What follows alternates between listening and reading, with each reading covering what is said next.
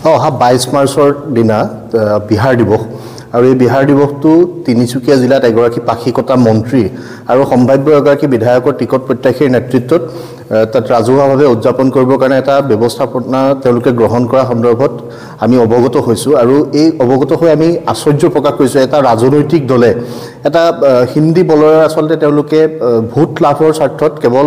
সেই ভোটৰ আশাত তেওঁলোকে অসমত বিহাৰ দিৱস অনুষ্ঠিত কৰিবলৈ ওলাইছে এই কথা কেতিয়াও গ্ৰহণযোগ্য হ'ব নোৱাৰে অসম অসমীয়াৰ হয় আৰু অসমত অসম দিৱসেই পালন হ'ব ইয়াত কোনোবা ৰাজনৈতিক দলেই হওক বা আন কোনোবা অনুষ্ঠান প্ৰতিষ্ঠানে এনেকুৱা ধৰণৰ বেলেগ এখন ৰাজ্যৰ দিৱস ইয়াত অনুষ্ঠিত কৰিব এই কথা কেতিয়াও গ্ৰহণযোগ্য হ'ব নোৱাৰে আৰু এই কথা কেতিয়াও গ্ৰহণ কৰা নহ'ব আমি অসমীয়া জাতিটোৱে সকলোকে লগত লৈ আগবাঢ়িবৰ কাৰণে আমি প্ৰচেষ্টা অব্যাহত ৰাখোঁ কিন্তু এই কথাত এয়া নহয় যে বেলেগ এখন ৰাজ্যৰ দিৱস এটা কোনো অনুষ্ঠান প্ৰতিষ্ঠান দল সংগঠনে আহি ইয়াত কোনোবাই অনুষ্ঠিত কৰিব এই কথা কেতিয়াও গ্ৰহণযোগ্য হ'ব নোৱাৰে আৰু কেতিয়াও নহয় আৰু